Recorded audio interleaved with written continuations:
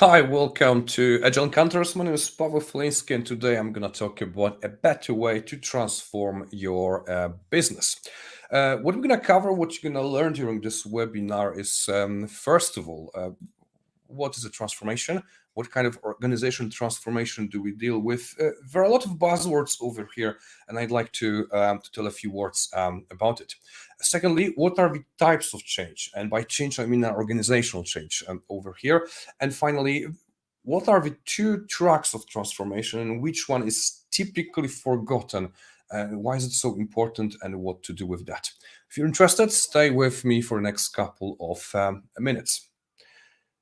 Let's start with the word transformation.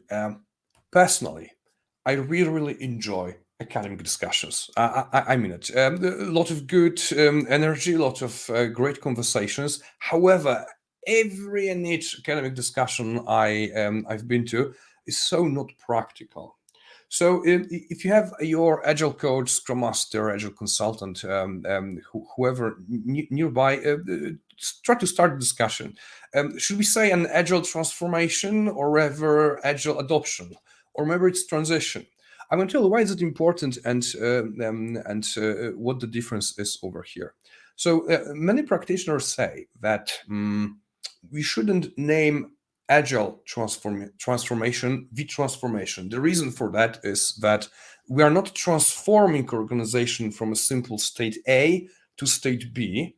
Actually, with Agile, what we want to achieve is to enable the organization to redesign itself as it's needed in the future. So there's no end of the transformation. That's what they say. Very often you will hear that it's way better to say adoption, Scrum adoption, Kanban adoption, Agile adoption. So taking all these frameworks and adopting them within the circumstances of your organization, your team, or your product. Sometimes you will hear transition as a word that we just move from one step to another step, but this is never-ending journey. Why I don't like it? Why I don't like this kind of conversation? It's absolutely correct, but not helpful. I saw a lot of consultants spending a lot of time discussing this topic with their employees or employers or with customers, and it doesn't bring anything to the field, in my opinion. In fact, what I find the most important problem among managers, consultants, and everybody who deals with agile transformations or any other organizational transformations is ignoring the reality. And the reality is your customers transform their business. That's the language they use, and I don't see any reason why not to use it. In fact, in many cases, no matter if your customer or your employer is a big corporation or small company, transformation is typically a project, a longer product versus current state, and we want to be in state B. And why not? Why shouldn't we support our customers in achieving it? Of course, state B, desired state, is to become such an organization that is able to redefine itself if needed later in the future. But we will achieve it when we transform ourselves from where we are right now till the next level. Therefore, in the interest of this presentation, I will not debate whether it's adoption, transition, or any other word. I will simply use the transformation because that's the standard I hear among my customers. Now, whenever we talk about transformation, we technically talk about a change, organizational change. Years ago, I attended a lecture by Esther Derby at one of conferences, Agile conferences in the USA, and I was really happy to hear her talking about different types of change, organizational change, and how language that we use as consultants, as change agents, no matter external or internal to the company, how much it matters. And what I pick up from it is what you can see on the picture over here. There are a couple of types of change, organizational change. One type is simply a simple change. On the picture, you see some boxes because it is as if you were moving boxes from one side to another side. What is important about this kind of change, a simple change, is that You exactly know, it's very transparent. What is the starting point? Where are you at the beginning? The boxes are here, and you know exactly what you want to achieve. You want the boxes to be here, and you know what's the path. It's very simple. Now we have a few examples of such changes in organizations. Imagine moving your employees, moving your team from one floor to another. We are in open space on floor number 2, and there's a better space for us on floor number 3.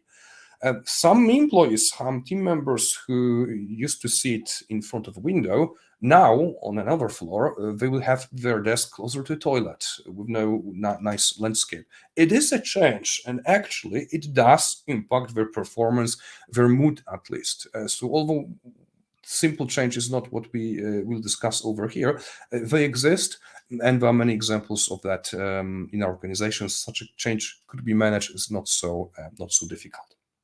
That is a simple change. A very interesting type of change is a change that has the name a dynamic one. Imagine it's winter time, and you went to area of mountains and you want to ski. You are at the peak of a mountain and you more or less know your destination. You want to go down there. There are many paths you can take in order to reach the destination. You can do what I typically do, so straight line down there very, very fast, or you can maybe take a longer walk, turning left and right as you wish. There are many paths. However, what is very similar to the previous type of change, you know exactly what your starting point is, and you know exactly where you want to be at the end. Such changes also happen in the organizations. Before I comment on it all, there's one more type of change. This one is not so common. We call it a complex change. Imagine you are in front of a forest. So you know where you are. That's exactly what you would see in a simple or dynamic change. But the forest is very, very high, way taller than you are. And you know more or less your destination. You go that direction, over there. You don't know exactly where you will land, where you will end up. And only as you go through the forest, you realize what your path would be. It's also not transparent. You can't see it from the top of the mountain.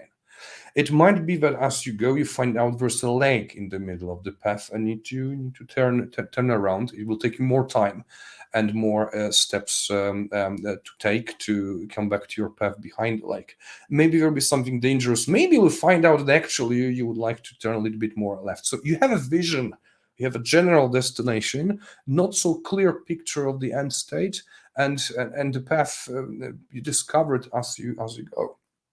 Now, digital transformation of organizations, and agile transformation in particular, is in the majority of cases an example of a complex transformation where we have a destination, more or less we want to be there, and as we go we learn, and learn is a keyword for us over here.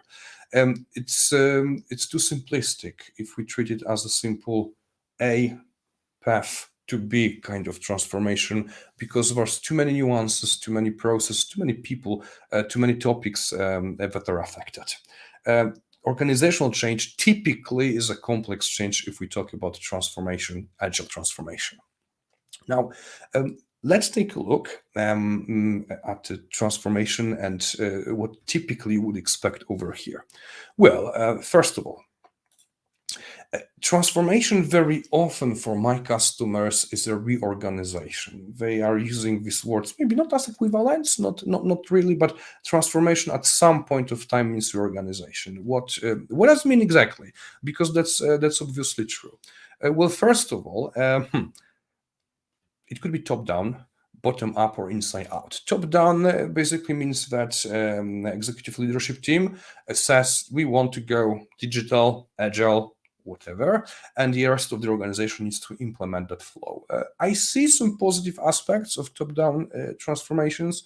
One of that is we have sponsorship, we have clear, hopefully, vision, clear direction, and everybody is aligned around that. Bottom-up reorganization, bottom-up transformation, slightly different topic, in my opinion, way more difficult. It's where development teams, delivery teams find out, oh, Kanban works, it's cool, or Scrum is very good for us. They start doing something, they see profits, their managers see profits, and goes bottom up, and the organization is affected, not necessarily the entire company in these cases. Inside out transformation for me is the best way of doing it, is where internally, typically around the middle management layer in the hierarchy of our organization, but internally, we see the benefits, we see the need, we have enough competences to start promoting it top down, inside out in all the other parts. But I wouldn't like to go into that topic today. I'd like to focus on key elements that you would see during such organization. First of all, hopefully, transformation starts with definition of value streams. And I'm talking about agile transformation, also digital transformation, because it impacts processes of your company. Identification of value streams. Who are the customers? What are our products? What are the services? And what are the customer segments? And so on and so on. Is very important, because very often what we had in the past in our organization is the result of years of compromises, years of work, basically speaking. And if you want to go agile, this is a very nice moment to think of your value streams, to map them, simplify them, decide on priorities as well. Agile transformation means also we are doing something with roles. Some roles existing in the company will change. What are we going to do with project managers, for instance? Should they stay? Should we redefine the role? Should they do something else, become Scrum Masters? Hard to say. Some roles appear. For instance, the Scrum Master, who I mentioned a moment ago. In traditional non-agile company, we don't have such a role or even position. So redefining roles or defining new ones would be one of the bigger milestones of such organization. Hopefully, somewhere at the end of that journey, not earlier, organizational structures are touched. Ideally, in my opinion, the structures of the teams should follow value streams. I have value streams identified, products within value streams, and teams supporting the products. If we start with changing structures of the teams, and only then we're going to think, what do we produce? What kind of services we offer? We might be in a very, very bad place. I saw it a few times in my life. But this is half of the story. And I know companies managing their agile transformation for a couple of years, 3, 4, 5 even years. It's a long program for them, and they are focusing mainly on that lack of the transformation. What I like to propose, present over here, is something to some of you may be obvious, to some of you may be something new. It's a second track of transformation that is always there, but not always managed, at least not effectively. And that is, in my opinion, way more important. Because reorganization, what you're going to do over here, the defining value streams, changing roles and structures, that will give you obvious results. And very often, this is enough. However, if we think of the transformation, agile transformation, as a complex change, there is no obvious end state that we would know up front. It's very tempting to say, when you transform into agile organization, this is exactly how your structures would look like. That would be dynamic change or simply a simple change. This is too simplistic view. As we go, we learn. And where's the learning when we reorganize or where we only reorganize? So another track of transformation that is always there, but not always we know about it, is what we call capability building. If we want to build, reorganize, transform our organization, we need to invest not only new roles, new structures, but also proper capabilities that are needed in the new organizational design after the transformation.